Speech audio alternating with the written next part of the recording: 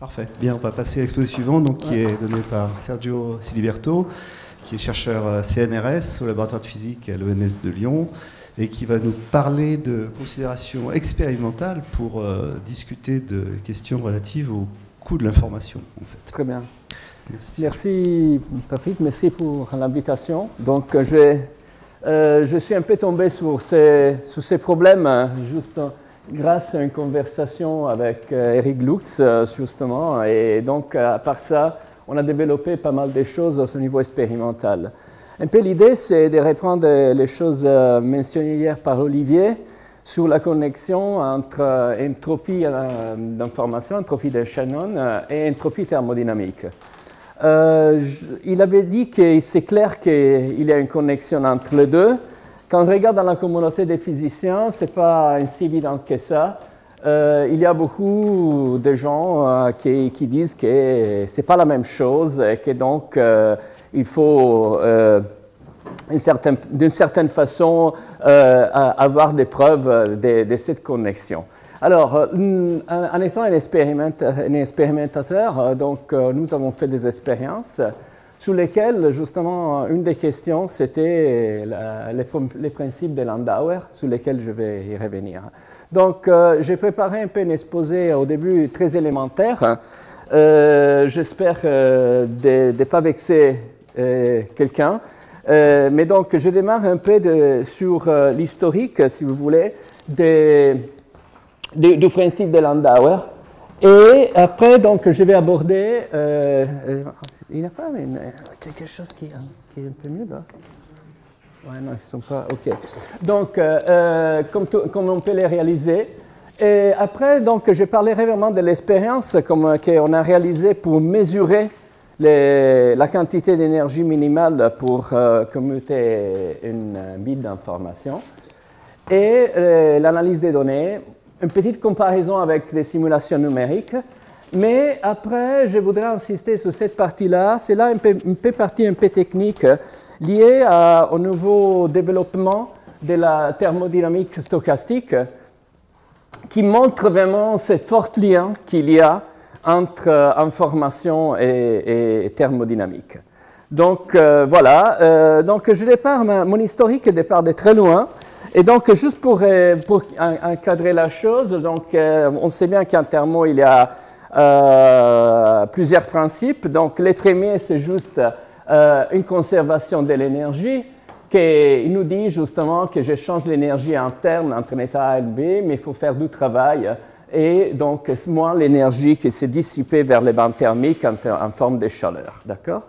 Donc, sur ça, il n'y a pas de gros problèmes. Par contre, on sait bien qu'il y a beaucoup de questions sur le second principe, que normalement, il est défini en termes des choses qu'on ne peut pas faire. Et donc, typiquement, une des formulations, il y a plusieurs formulations, et une, c'est qu'on ne peut pas extraire du travail en partant d'une source à une seule température, d'accord? Donc, d'une seule source, d'une seule bande thermique, comme on dit techniquement. Et donc, comme tout le monde sait, le second principe, cette impossibilité-là, est liée au concept d'entropie thermodynamique, donc qui est, bon, il est défini comme la chaleur sous la température du bain, et que donc on sait que quand on fait une transformation, c'est delta S, elle est toujours positif. Alors après, c'est vrai que ça c'était bien avant, après il est arrivé Boltzmann et Gibbs, qui ont justement défini cette entropie en termes des probabilités des états microscopiques du système. Alors, on voit bien que là, la connexion par rapport aux choses qu'on a entendues dans ces jours, c'est justement que ça, c'est très similaire à l'entropie de Shannon. Et donc, hier, on a entendu dire justement que cela était un peu par analogie, lui l'appelait de la même manière. Mais la vraie question, justement, sur laquelle je voudrais c'est est-ce que c'est vrai que l'entropie thermodynamique est vraiment la même chose que l'entropie en information? Alors, si vous avez des questions, vous pouvez m'arrêter, je n'ai pas de problème. Et donc, ça c'est un peu la question qu'on veut analyser maintenant. Et les objections principales viennent du fait, si vous voulez, qu'ici, quand on parle d'entropie thermodynamique, il y a tout un tas de fonctions, justement, d'états, qui lient ces quantités-là à d'autres quantités thermodynamiques, chose qui n'est pas forcément vraie pour l'entropie en information. Alors, voyons, bon, là, donc, on vient sous cette question-là, justement, qui lie les seconds principes, sous l'effet qu'on ne peut pas produire de l'énergie en partant d'une seule source. Alors, il y a eu un des pères fondateurs, Maxwell, qui avait été sorti avec les fameuses histoires du démon. Alors, qu'est-ce qu'il fait, les démons? Les démons, ils partent d'un système, d'un ensemble des molécules qui sont à une certaine température, donc les molécules bougent à l'intérieur d'un conteneur qui a une température fixée. Et donc, les démons, qu'est-ce qu'ils commencent à faire? Avec un portail, ils commencent à séparer les molécules rapides par rapport aux molécules lentes. Et donc, à ce point, à la fin du processus, ils se retrouvent avec toutes les molécules rapides d'un côté et les molécules froides, lentes de l'autre côté. Donc, il a fait une différence de température. Et donc, les résultats, qu'il a un système à des températures avec lesquelles il peut faire du travail, mais il est parti d'une source avec une seule température. Donc, ça, c'est une claire contradiction entre la formulation du second principe. Ça, c'était la question qu'avait posée Maxwell. Donc, c'était un Gedankenexperiment sur lequel, justement, lui, il avait posé cette question. Alors, ça, cette question a été très, très débattue. Et donc, comme était mentionné hier, il y a plusieurs personnes, plusieurs savants, qui ont justement réfléchi sur cette question. Et entre autres, il y a eu Brillouin. Maxwell le démon, Oui. Dans l'histoire, qu'est-ce qu'il a fait? Les démons, il a fait, donc, avec son portail, il a séparé les molécules rapides de les molécules lentes. Non, le démon, il a fait ça, oui, mais Landauer, il a fait quoi? Landauer, on y arrive. Ouais, c'est ça. Ici, le principe de Landauer. Ouais, c'est ça. Non, d'accord. Donc, justement, c'est pour dire que les principes de Landauer, d'ailleurs, remontent de très loin, justement, à cette idée de Maxwell.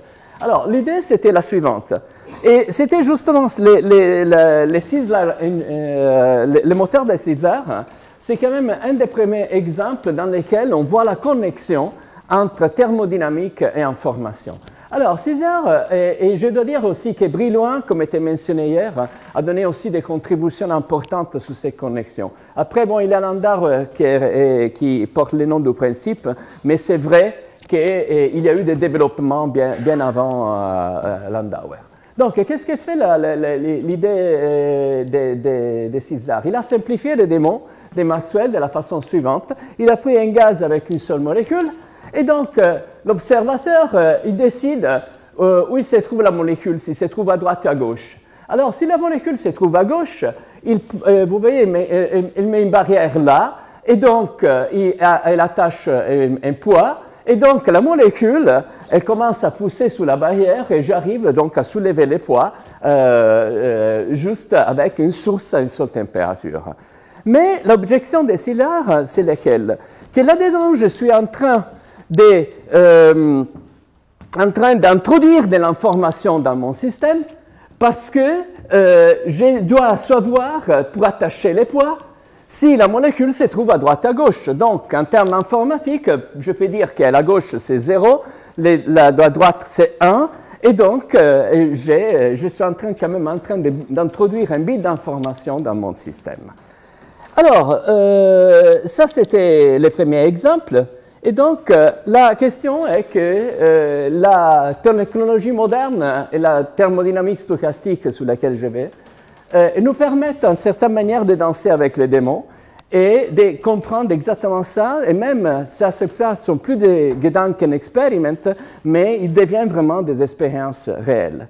Alors, pour faire ça, je discute d'abord un exemple, une jolie expérience faite par des Japonais, Toyabe et collaborateurs, et donc dans lequel l'exemple est assez joli. En gros, ils ont une particule colloïdale dans un banc thermique, donc elle est soumise à fluctuation thermique, au mouvement brownien, donc elle oscille, la particule, de façon aléatoire. Et la particule, elle est confinée dans un potentiel qui est l'équivalent, là c'est juste un petit schéma. En gros, la particule, elle se trouve dans un escalier, et donc les fluctuations thermiques, les fluctuations browniennes, elles permettent quand même de temps en temps de faire sortir la particule vers le haut. Mais évidemment, la gravité, si on prend cet exemple-là, en moyenne, il me fait tomber la particule. Mais alors maintenant, il y a le démon qui intervient. Et qu'est-ce qu'il fait, le démon? Il regarde la particule et il dit, si la particule est montée, je mets une barrière. Je mets une barrière, et donc j'empêche la particule de redescendre. Vous voyez que de cette manière-là, je peux obliger la particule, juste grâce aux fluctuations thermiques, de remonter l'escalier et donc de gagner de l'énergie avec laquelle je peux faire du travail. D'accord? Mais alors, la chose très intéressante qu'ils ont prouvé, ces Japonais, et c'est que les travail, donc, qu'on sait bien que normalement, par exemple, si j'ai une différence d'énergie libre, le travail que je dois faire normalement, il est beaucoup plus élevé que la différence d'énergie libre. Mais la chose qu'ils ont prouvée est que si vous introduisez de l'information comme était définie hier par Olivier, d'ailleurs, vous pouvez baisser cette quantité et d'ailleurs avoir un travail qui est plus petit que l'énergie libre de l'état que vous êtes, de la différence d'état que vous avez. Donc ça montre, c'est un exemple assez joli en 2010, de comment connecter, comment pouvoir faire du travail juste en introduisant de l'information dans les systèmes. Alors par contre, il y a les cas contraires. Et si par contre je perds de l'information, je détruis de l'information, est-ce que ça va me foutre du travail? Et ça c'est les sujets du reste de mon exposé, dans lequel je vais vous montrer qu'effectivement, pour effacer un bit d'information, il faut payer une certaine quantité de travail, qui, dans la limite, que si vous avez faire cet effacement très très doucement, est de l'ordre de KBT log 2, donc une quantité très petite, où KB c'est la constante de Boltzmann. OK, donc, qu'est-ce qu'il dit donc pour venir? Le principe de Landauer. Donc, il est lié justement à ça. Qu'est-ce qu'il avait dit? Donc, Landauer travaillait à IBM dans les années 60. Il est connu aussi pour ses travaux sur les bruits des semi-conducteurs, mais son nom reste lié à ces principes. Alors, la question qui s'est posée Landauer, quelle est l'énergie minimale que j'ai besoin dans un ordinateur pour effacer l'information?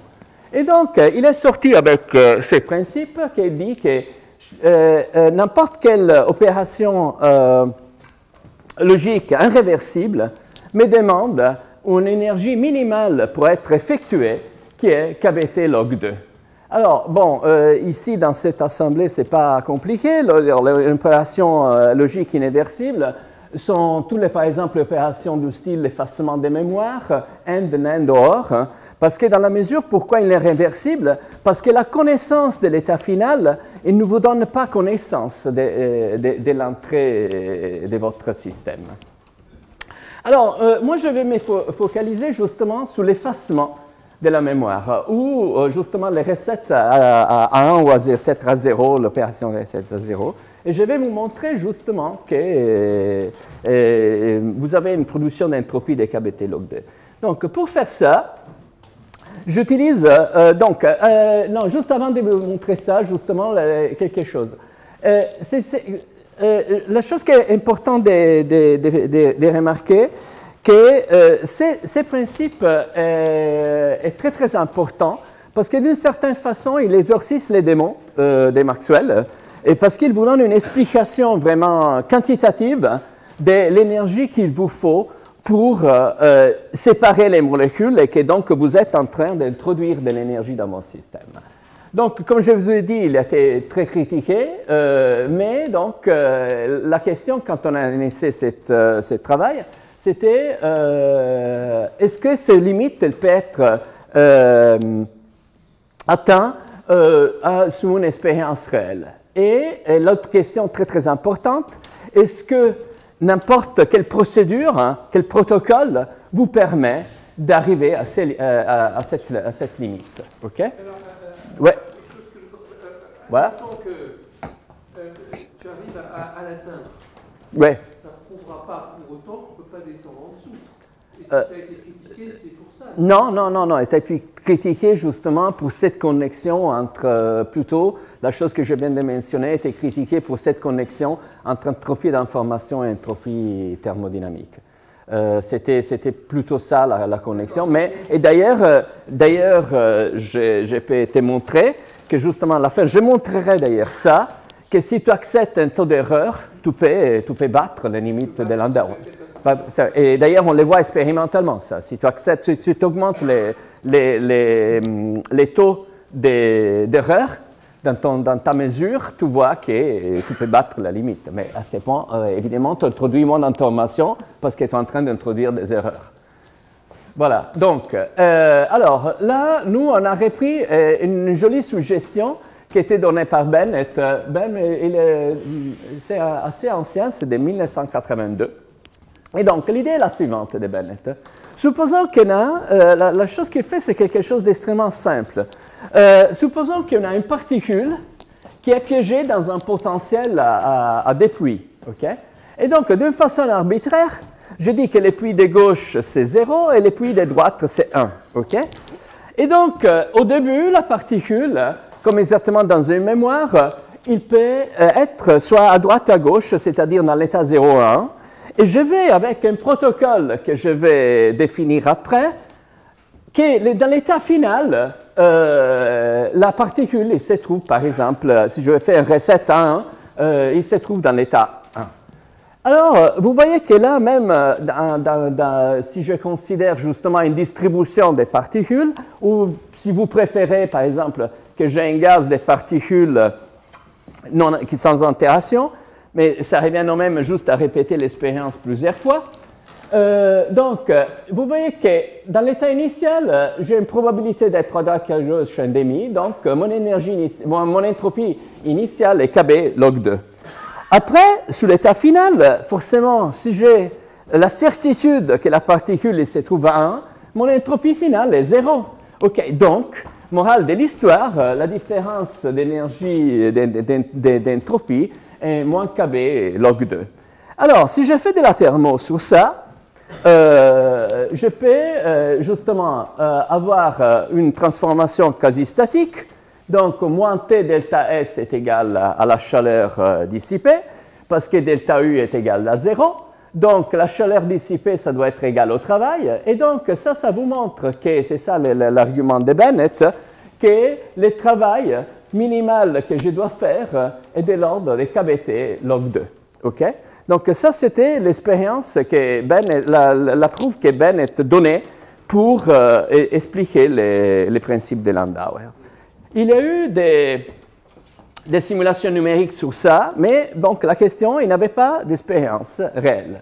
Alors, comment on peut réaliser cette expérience en sachant que cette énergie est vraiment très petite, comme je disais avant, et de l'ordre de 10-21 joules. Okay? Donc, alors, l'idée est d'utiliser des technologies qui s'appellent pièges optiques.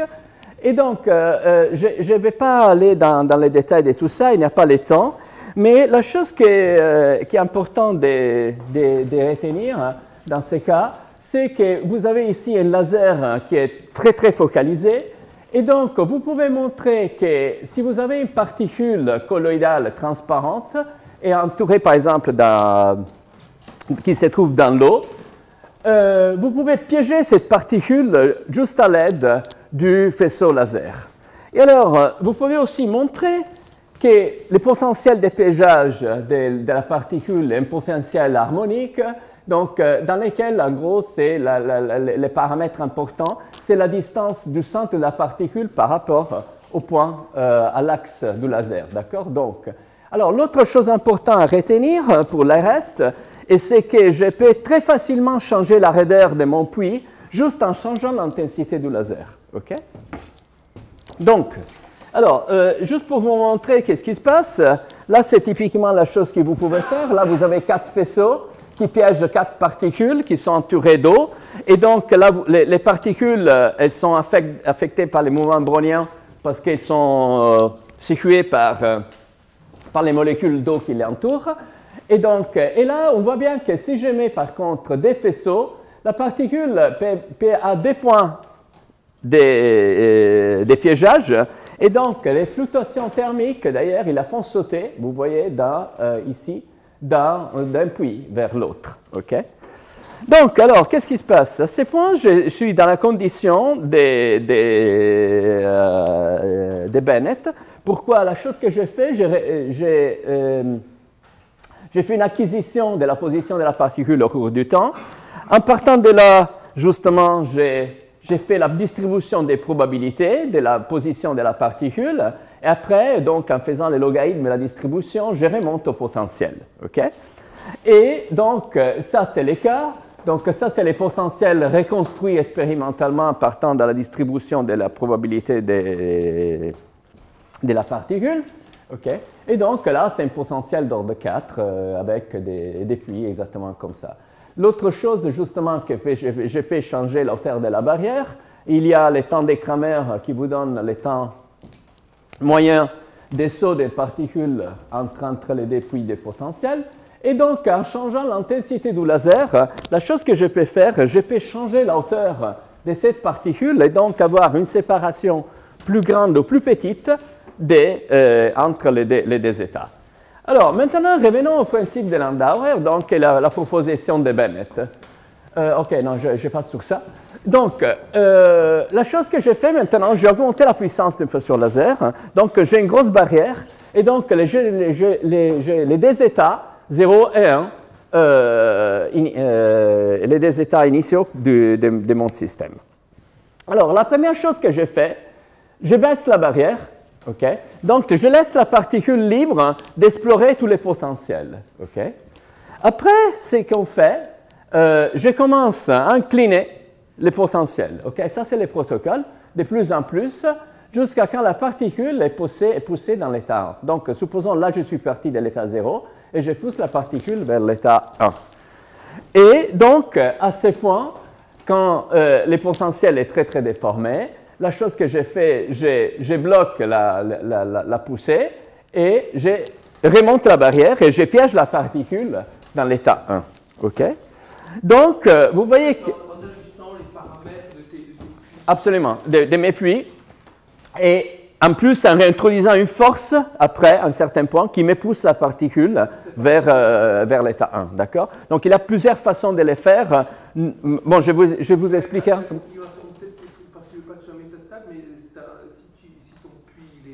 Oui. À un certain moment, ça ne va pas se faire spontanément, la particule?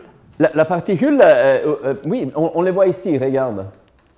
Si, là tu vois, là, par exemple, si la barrière est basse, là, c'est juste des KBT, la barrière, on voit bien que la particule saute de l'endroit à l'autre. On voit bien le mouvement. Voilà, d'accord, c'est le mouvement brownien, si tu veux, qui l'oblige à sauter d'un point. Et d'ailleurs, ça, c'est la façon comme on reconstruit les potentiels, parce qu'on regarde la distribution des probabilités, et après, en faisant les logarithmes et ça, tu as ton potentiel. Voilà. Le démon de Maxwell, au lieu d'introduire le titre, oui. on voudrait juste que la particule soit à droite et on montrait le potentiel à ce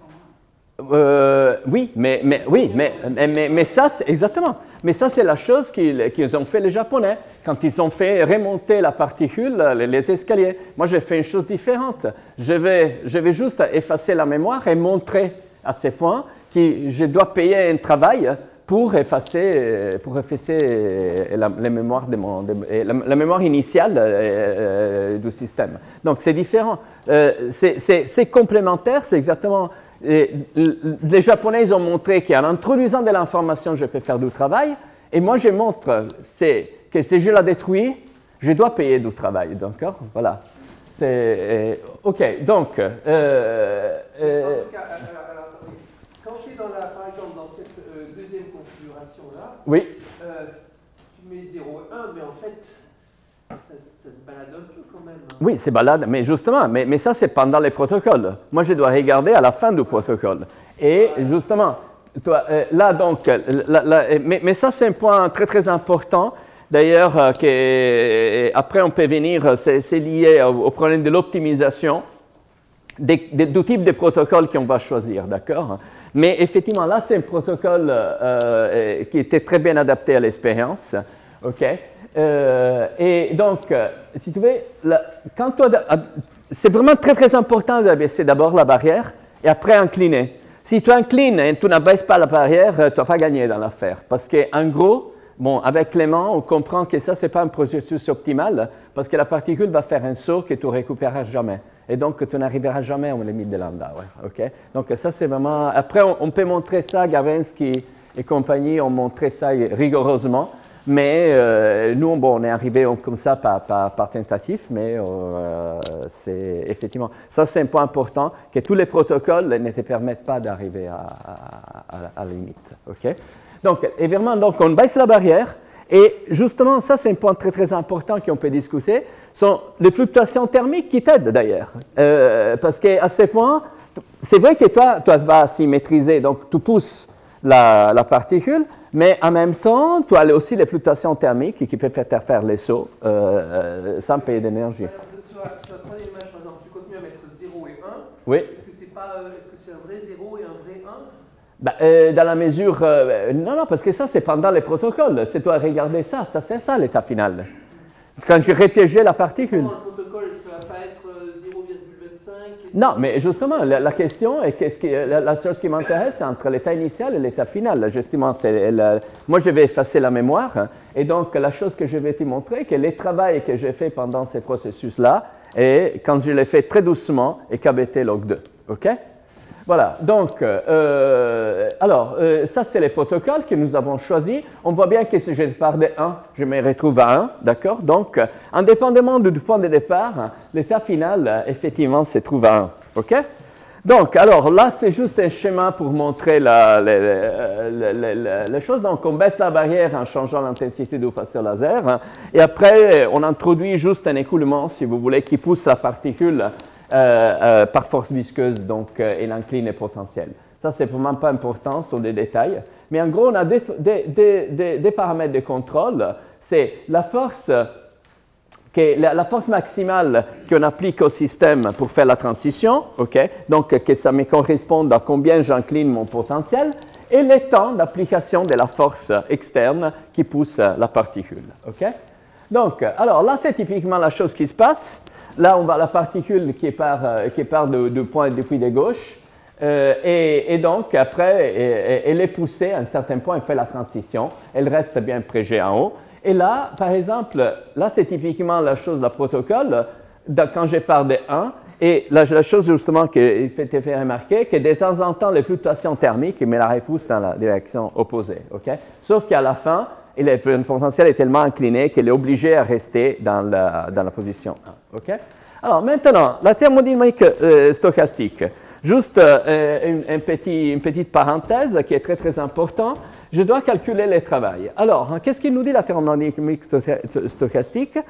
Il nous dit que, par exemple, des relations comme les premiers principes qui me lient la variation d'énergie interne de mon système au travail et à la chaleur, hein, elles ne sont pas vraies uniquement en moyenne, mais elles sont vraies aussi pour les fluctuations sur un temps taux. Okay? Et donc, ça, c'est typiquement la chose qui passe, c'est-à-dire que la particule, elle est décrite avec une bonne approximation par une équation de Langevin du premier ordre, parce qu'en gros, la partie inertielle, ça ne compte pas. Et donc, ce qu'il passe, donc ça, c'est la partie potentielle, ça, c'est la force qui pousse, plus un terme de bruit.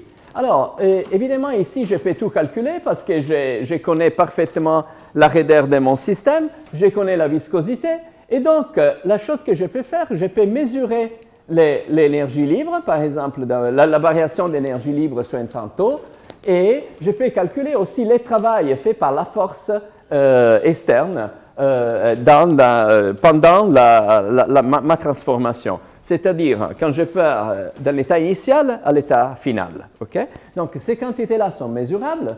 Et donc, la chose qui est importante à remarquer, que Cette partie-là, ça ne nous intéresse pas parce que les potentiels initial et final, c'est les mêmes, d'accord? Donc, ces parties-là, dans la mesure que je baisse et je remonte, là, ils ne me donnent pas une contribution de l'énergie. La seule chose qui me donne une contribution au travail, c'est justement la force qui pousse la particule entre un état et l'autre. Alors, la chose intéressante à montrer est que cette force, ce travail-là, est une quantité fluctuante. Parce que, justement, comme vous avez vu, la particule, elle est soumise à mon mouvement brownien. Et donc, toutes les fois que vous répétez l'expérience, là, par exemple, c'est une expérience qui a été répétée plusieurs milliers de fois, vous avez une valeur du travail qui est différente de la valeur précédente. Et donc, ça, c'est la distribution, la probabilité du travail. Ça, c'est sa valeur moyenne. Et ça, c'est la limite de Landauer. Donc, vous voyez qu'ici, c'est très intéressant parce que d'ailleurs, vous avez un certain nombre de travaux qui sont même négatifs. Et c'est-à-dire, encore une fois, c'est les fluctuations thermiques qui sont en train de m'aider à baisser la valeur de la moyenne et m'approximer à la limite de Landauer. Okay?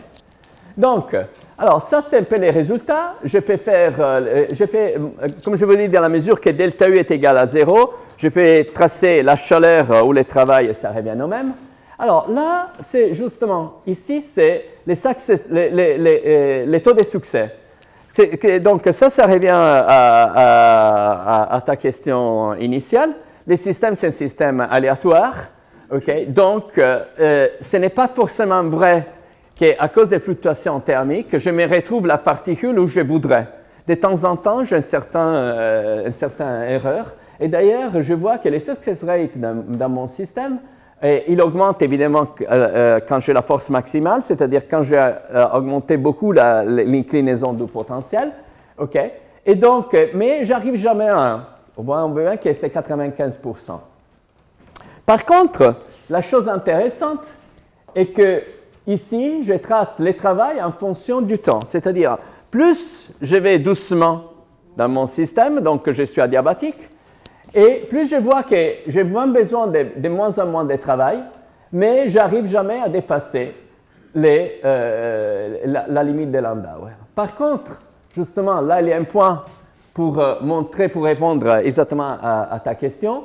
On voit bien que je peux battre la limite de Landauer si j'accepte un taux de succès très faible. C'est-à-dire, j'ai mis une force minimale finale assez petite, et donc j'ai un taux de succès qui est trop faible, et donc je peux battre la limite de Landauer. Alors là c'est assez évident parce qu'en effet, la limite de Landauer est généralisée, on peut la réécrire en termes de taux de succès. Et alors on voit bien que c'est le taux de succès 50%, j'ai rien gagné en information, donc le travail est 0. Voilà. Et alors ici c'est aussi encore assez intéressant, qu'est-ce que c'est la ligne bleue? Alors la ligne bleue c'est assez intéressant parce que justement si vous rappelez vos souvenirs des thermos, pour mesurer une énergie libre d'un système, il faut quand même faire une transformation très lente. Okay? Et donc, la question qui s'était posée Sekimoto en 1997, de dire quelle est la première, au premier ordre, la variation que j'ai si je fais la transformation sur un tantôt. D'accord? Et donc, il a montré qu'effectivement, la première correction que vous avez, c'est quelque chose qui descend à 1 sur taux. Et donc là, nos mesures montrent bien que je descends, vous avez justement une décroissance à 1 sur taux, comme prédit par Sekimoto. D'accord? Donc, en gros, la chaleur est bas comme KBT load B sur taux. Alors, maintenant, la chose importante, c'est pourquoi dans l'expérience, là je vais pas passer trop longtemps. Donc, la question est pourquoi, sous l'expérience, on n'a pas un taux de succès de 100%. Okay? Donc, la question est que c'est une expérience, donc vous pouvez poser la question s'il y a des erreurs de mesure, des erreurs de protocole, etc. Alors, pour comprendre ça, on a fait juste une petite simulation numérique de l'équation, ok? Et on a compris qu'effectivement, c'est la hauteur de la barrière qui détermine l'effet qu'on n'arrive pas à avoir un taux de succès de 100%. En effet, là, en simulation numérique, c'est facile de voir que si vous avez une barrière de séparation de 15 kBt, vous avez en gros 100% des taux de succès parce que l'état initial, les deux états 0 et 1 sont bien séparés. Tandis que si, comme dans le cas expérimental, que c'est le maximum qu'on peut faire, on a 8 kBt, on retrouve les 95% qu'on trouve dans l'expérience. Donc, il n'y a pas d'erreur de mesure, ça vient juste du fait que les deux états 0 et 1, ils ne sont pas très bien séparés au début et à la fin. OK? Alors, maintenant, j'ai fait un petit résumé des choses jusqu'à maintenant. Donc, ça, c'est les conclusions partielles. Alors, la chose que j'espère que je veux persuader, que les résultats montrent que la limite thermodynamique de l'effacement de la mémoire ou des recettes à 1, comme je fais,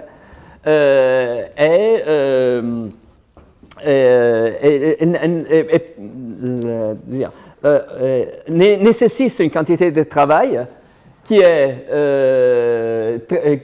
dans la limite asymptotique quand vous faites l'expérience très très doucement. Elle devient très très proche à la limite, à la frontière imposée par Landauer. La limite, vous pouvez l'attendre comme à un surtaux. Et le fait que le taux de succès dans notre système est inférieur à 1 est lié juste au problème qu'on ne peut pas augmenter la barrière de séparation entre les deux états comme on veut. Et la chose qui est très très importante à remarquer aussi, que les fluctuations dans ces cas-là nous aident beaucoup au dépassement de la barrière et donc à arriver à se rapprocher à cette limite. Okay? Alors maintenant, la question est encore, est-ce qu'on peut pousser cette analogie plus loin? Et alors, pour faire ça, j'utilise une notion très récente, qui était proposée en 1997 par Jansky, et donc que c'est une égalité remarquable de la thermodynamique stochastique. Et donc, qu'est-ce qu'il nous dit cette égalité? Donc, il nous dit une chose assez remarquable. J'insiste encore sur le fait que normalement, une mesure de l'énergie libre demande de faire une mesure très très lente, une variation très très lente des changements d'état de votre système, et donc, en gros, avec une transformation qui dure un temps infini. Okay? Alors, la chose qui est remarquable dans cette égalité de Jansky est que si vous faites par contre la moyenne de l'exponentielle du travail qu'il vous faut pour aller d'un état à l'autre, alors cela, indépendamment de la vitesse à laquelle vous faites la transformation, il vous donne l'exponentielle de l'énergie libre, tout ça est mesuré en unité kBt, évidemment. Et donc, ça, c'est un résultat assez intéressant. Et donc, on s'est dit, c'est nous, plutôt que faire la moyenne du travail, on fait la moyenne de l'exponentielle du travail, on doit trouver la limite de Jansky, la limite de Landauer, toujours, à n'importe à quelle vitesse on fait la transformation. Alors, bon, là, il y a juste des détails techniques sur la définition du travail que vous devez utiliser. Dans notre cas, ça ne change rien. En gros, je ne rentre pas dans les détails, mais en gros, le travail qu'il faut introduire là-dedans, c'est l'inverse du travail qu'on a défini de l'autre manière. Okay? C'est juste un terme de frontières, mais c'est vraiment un tout petit détail. Alors, la question est la suivante. La chose qui est... le problème est la suivante, que nous utilisons quand même une barrière qui est finie. Donc, en gros, du début à la fin, il n'y a aucune différence dans les potentiels de notre système. Et donc, si j'utilise cette équation-là brutalement, je trouve que delta F est égal à 0. Donc, il n'a pas vraiment un gros intérêt. Mais, par contre, toujours Jansky et Vaichetonian, ils se sont aperçus que leur égalité initiale, comme elle était proposée, elle ne contenait pas toute l'information que vous avez sur les systèmes. Mais si vous portez le système à l'état taux, c'est-à-dire quand vous avez terminé votre transformation, dans un état qui ne correspond pas à la distribution d'équilibre, vous avez un terme de correction qui vient du rapport de probabilité au temps taux entre la distribution à l'équilibre et la distribution réelle que vous avez imposée. Alors ça, c'est exactement notre cas, parce que la chose qu'on fait, la distribution d'équilibre, ça serait en gros 1,5 de chaque côté, tandis la chose que nous faisons, nous imposons la distribution d'être ou à droite ou à gauche à la fin de la transformation. Et donc, si on prend cette équation-là, la chose, on commence à réfléchir sur les choses que nous avons faites. Alors, voyons, en gros, je prends la procédure 0,1 qui va à 0, c'est une des processions. Alors, si l'état final est 0, et le taux de succès, c'est proche de 1, c'était 0,95, mais c'était proche de 1, d'accord? La distribution d'équilibre, comme on vient de dire, ça serait 1,5, parce que j'ai la main égale pour... Mais, et donc, delta F va être égal à 0, OK? Mais, donc, l'équation généralisée de Jansky, qui me dit justement delta F égale 0, donc l'exponentielle, ça va être égal à 1. Et donc, j'ai le rapport entre la distribution d'équilibre qui est 1,5 et le taux de succès qui c'est de l'ordre de 1. Donc, de l'égalité de l'inégalité de Jensen, je peux extraire que le travail pour aller dans l'état 0, ça doit être log 2 log R. OK? Donc, ça, c'est le premier pas. Et alors, la chose que je vais faire, je dis, ah, mais si je fais ça, je peux séparer mes travaux dans les travaux que je fais quand je pars de 1, je vais en 0, et les travaux que je fais si je pars de 0 pour aller à 0. D'accord? Et alors, la chose que je dois trouver, c'est vrai dans les données expérimentales, que la somme de ces trucs-là, de ces morceaux-là, doit être égale à 0. Bon, alors, évidemment, il y a beaucoup d'erreurs de mesure, beaucoup d'erreurs de statistiques. C'est quand même une moyenne des exponentielles, donc elle est quand même très sensible au bruit expérimental. Mais malgré ça, ça c'est la mesure, le travail 0,0, ça c'est le travail, la moyenne 1,0. Mais vous voyez que la somme de 2, elle est proche de 1. Donc, c'est l'égalité généralisée de Jansky qui est bien vérifiée par les données expérimentales. Okay? Et d'ailleurs, la chose que vous trouvez est que si vous faites ça, votre énergie, la quantité que vous mesurez, indépendamment du temps de mesure, il se trouve autour de la limite de Landauer, toujours, okay? Indépendamment de la vitesse à laquelle vous allez. Donc, tout ça, c'est très bien. C'est un fort lien avec la thermo, mais vous pouvez pousser encore quelque chose encore plus loin avec l'égalité de Jansky. Alors, je vous donne cet exemple. Imaginons justement qu'on complète l'histoire, toujours le processus 0,1, mais dans mon processus, R n'est pas exactement 1, mais donc j'ai un taux de succès qui est proche de 0. Donc, si je considère le processus 0,1, mais je me retrouve à 1, j'ai quand même une partie du travail qui est donné par 1,5 moins 1 sur R. Et alors, par l'égalité de Jensen, encore, je peux exprimer cette inégalité. Et bon, quand je combine les deux, je retrouve exactement le principe de Landauer généralisé, okay, en partant de l'égalité de Jansky. Donc, je pense que ça, c'est vraiment quelque chose d'extrêmement intéressant, parce que vous êtes en train de lier une quantité thermodynamique, une égalité thermodynamique qui était l'égalité de Jansky, avec une égalité liée à la théorie de l'information. Voilà, voilà, donc ça c'est bon, ça c'est exactement la chose que je voulais dire, ok.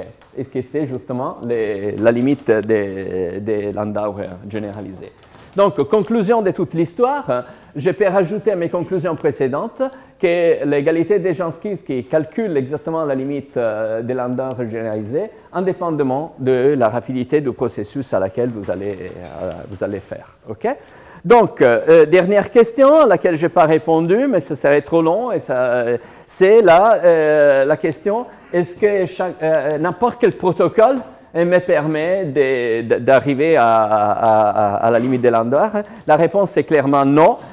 Vous devez baisser la barrière d'abord et après incliner. Si vous faites les deux choses ensemble, ça ne marche pas. Et ça a été prouvé rigoureusement par un papier d'Aurel Gavensky et compagnie sur Journal of Statistical Physics récemment. Donc, sur un problème d'optimisation, était encore un problème d'optimisation dans ces cas-là. C'est-à-dire quel est le protocole le meilleur qui me permet d'arriver à un temps fini à la limite des Landauer. Voilà, donc je pense que je peux m'arrêter là. Merci de votre attention.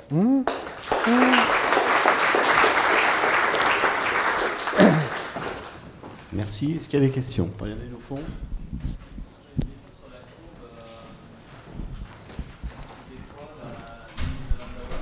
Oui, c'est là? Attends. Ah, non. Il y a là. Ouf. C'est là. Ouais, on va prendre celle-là par exemple. Sur la courbe, vous disiez que on peut aller en dessous de la borne de Landauer si on accepte un taux d'erreur non nul. Mais si on fait le rapprochement avec la théorie de l'information, ça me dérange moralement parce que si vous regardez par exemple le théorème de channel coding ou source coding, quand on dépasse la limite, il y a la weak converse, donc la probabilité d'erreur va être non nulle. Mais il y a aussi la strong converse, c'est que la probabilité d'erreur va tendre vers 1 de façon exponentielle. Donc là, on aurait dû avoir au lieu d'avoir R égale 0,75 quand on était un petit peu en dessous de la courbe, on aurait dû avoir un R différent, quoi. Pourquoi? Parce que, d'ailleurs, ça respecte très bien l'équation, la Landau. Attendez, voilà, c'est celle-là. Ouais, c'est celle-là, oui. Voilà, ok. Mais oui, mais ces points-là, elle est parfaitement en accord avec ça, hein? Avec la limite de Landau généralisée, que justement, il vous impose que si vous avez le taux de réussite qui est 50%, c'est-à-dire vous avez gagné aucune information dans votre processus, à ce point, la limite est 0 et que c'est d'ailleurs la chose que vous trouvez. Ok. D'accord. Parce que justement, c'est l'effet, vous perdez pas d'informations, donc vous n'avez besoin de faire aucun travail à ce point. Parce que 50% de détermination vous avez au début et 50% vous avez à la fin. Ok, donc c'est pas une limite à strong converse. Okay. Ouais.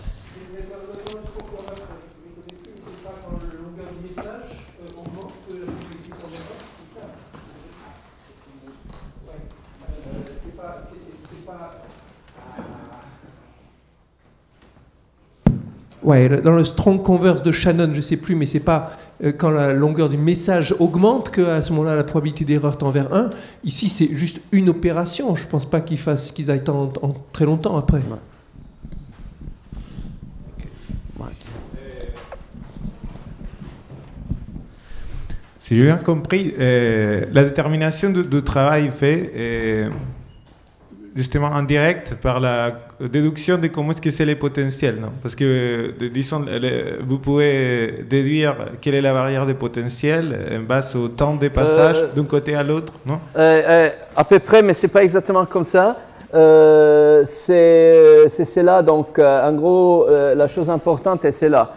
En gros, donc, il faut se rappeler exactement comment est fait le processus. C'est-à-dire, je baisse la barrière, OK? Mais là, donc là, évidemment, je dépense de l'énergie, mais ça, dans la mesure que c'est un potentiel conservatif, c'est le parti des piégeages, celui-là, il ne fait aucun travail parce qu'après, je relève la barrière. Okay? Donc, c'est ça dans les cycles et les zéros, cette partie-là. Et c'est pour ça que je ne dois pas la calculer. Par contre, ce que je dois calculer, c'est la partie irréversible du système, c'est-à-dire la force qui incline le potentiel et qui donc pousse la particule vers là. Et d'ailleurs, c'est la chose que je calcule, que c'est cette partie-là, que c'est le travail fait par la force externe sur la particule. Ok, donc vous mesurez à tout moment cette force-là, après l'intégrale. Absolument. Ouais. Donc ma question c'est plutôt celle-ci, parce que vous avez montré donc, que pour ce protocole, donc effectivement tel comme est défini, apparemment on ne peut pas, on attend cette barrière de Landauer, on ne peut pas faire mieux. Ouais. Mais après, pourquoi on pourrait se convaincre qu'en effet, pour n'importe quel protocole, disons qu'il n'y a pas un autre protocole complètement différent de celle-ci, justement, qui baisse la barrière à autre point, je ne sais pas quoi, qui permet de faire mieux, disons, d'effacer un bit. Là, il était prouvé par ces messieurs-là. Vous allez voir l'article et vous trouvez justement, c'est un processus d'optimisation et vous pouvez trouver sur ça. Mais en gros, la question, et c'est l'exemple que j'ai donné absolument en général, parce que, en gros, si vous prenez l'exemple de Bennett et vous faites les calculs vraiment back-end development calculation, la chose que vous trouvez, vous avez qu'au début, le système il a une entropie KB log 2, une entropie thermodynamique, et à la fin, il a KB log 0. Donc, si vous allez faire ça, vous pouvez faire mieux que cet argument. Hein. De toute manière. Après, de toute manière, il y a cet argument-là d'optimisation dans lequel il cherche les protocoles meilleurs pour arriver à l'énergie minimale, et donc vous ne pouvez pas les dépasser. Mais vous avez l'argument très simple qui vous montre qu'au début, vous avez KB log 2 parce que vous pouvez être à 50% de l'état 0 ou de l'état 1, et après, vous avez votre système qui est parfaitement défini. Et donc, la différence d'entropie est KB log 2.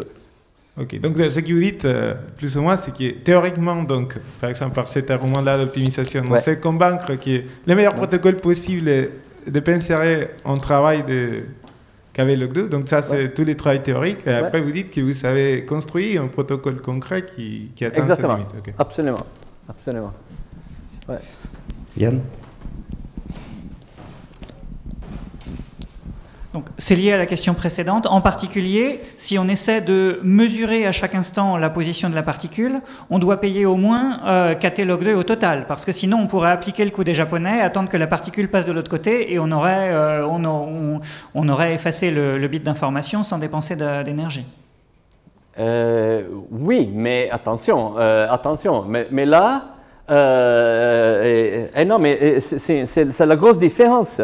Parce que là, vous êtes en train d'appliquer un système de rétroaction. C'est-à-dire, j'attends que la particule saute, donc je lève la barrière. Moi, je n'ai aucune rétroaction là-dedans. Je regarde. Pour moi, c'est une expérience aveugle. C'est-à-dire, moi, je fais juste le protocole. Oui, mais si le but, c'est juste d'effacer de l'information sans dépenser d'énergie. Oui, mais là, on parle de un protocole particulier. Mais là, vous êtes en train d'introduire l'information, parce que vous êtes en train d'enregistrer la particule et de décider au moment de changer la barrière, les moments quand la particule se trouve à gauche. Tandis que moi, je fais un processus aveugle. C'est très, très différent. Donc, vous êtes en train d'acquérir de l'information. Justement, c'est la réciproque, c'est la question réciproque en fait. Voilà, exactement. Quelle est l'énergie nécessaire pour récupérer l'information? Voilà, c'est ça. Et est-ce que c'est le fameux KBT Oui, parce que ça c'est les Japonais qui l'ont prouvé, parce que justement, la quantité d'énergie que vous faites pour faire remonter l'escalier à la particule, c'est exactement KBT, l'information mutuelle.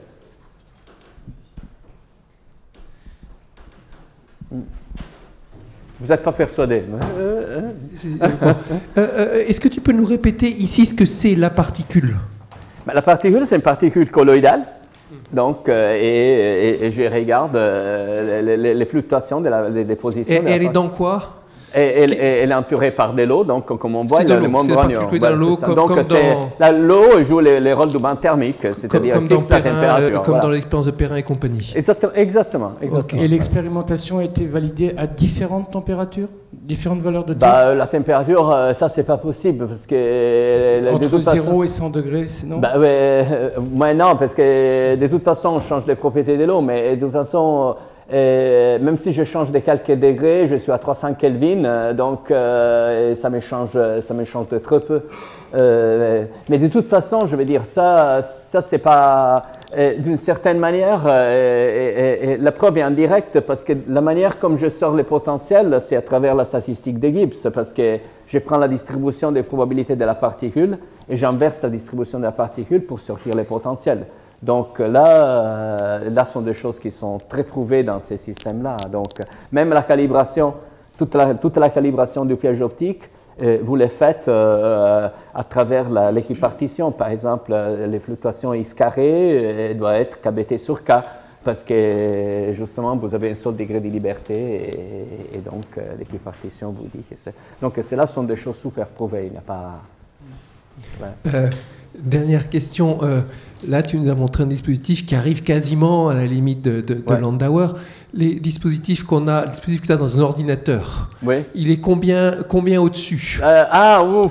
Donc, si on prend juste l'énergie de commutation, sans bon, ici aussi, alors, là c'est un débat assez important, parce que c'est clair que là, je ne suis pas en train de considérer l'énergie qu'il me faut pour allumer mon laser, pour générer la force. Donc, alors, pour être honnête, il faut comparer, par exemple, la commutation d'un transistor, mais juste l'énergie quand il commute, pas la quantité d'énergie qui te sert pour polariser ou pour alimenter les circuits, parce qu'autrement, ce n'est pas comparable. Mais déjà, ça, c'est 10 puissance 6, en gros. Si on prend 10 puissance 6 fois Landauer. Par rapport à Landauer.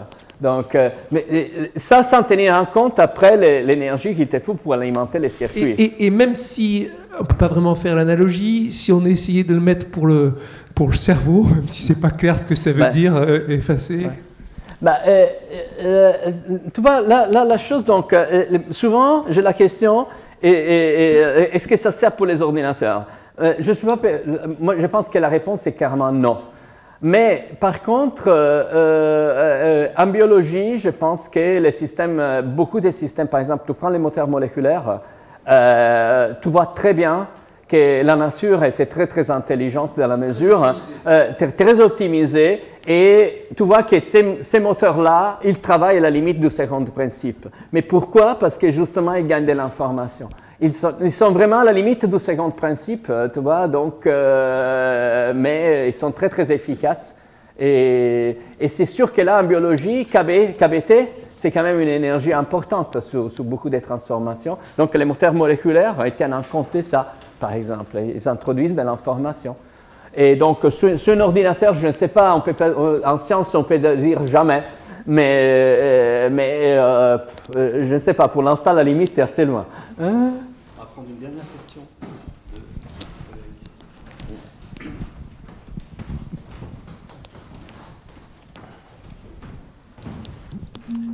En fait, ce n'était pas une question, mais comme on est à l'Institut Henri Poincaré, je voulais citer la dernière phrase de Poincaré dans son cours de thermodynamique.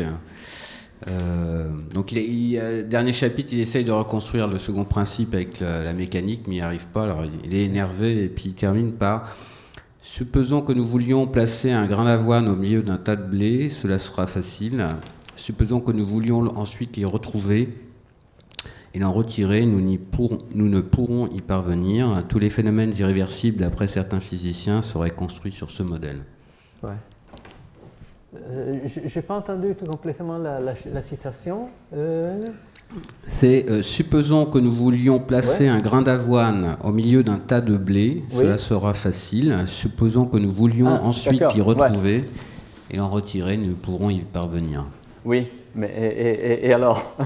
Non, c'est simplement la définition de Poincaré du second principe. Oui, effectivement, c'est un peu vrai, non? Non, je voulais terminer sur cette citation de Poincaré pour le second point. Ouais, c'est joli ça. C'est une jolie citation. C'est une jolie citation, C'est une jolie citation, c'est une belle conclusion. Donc, merci encore Sergio, merci à Anne, merci à...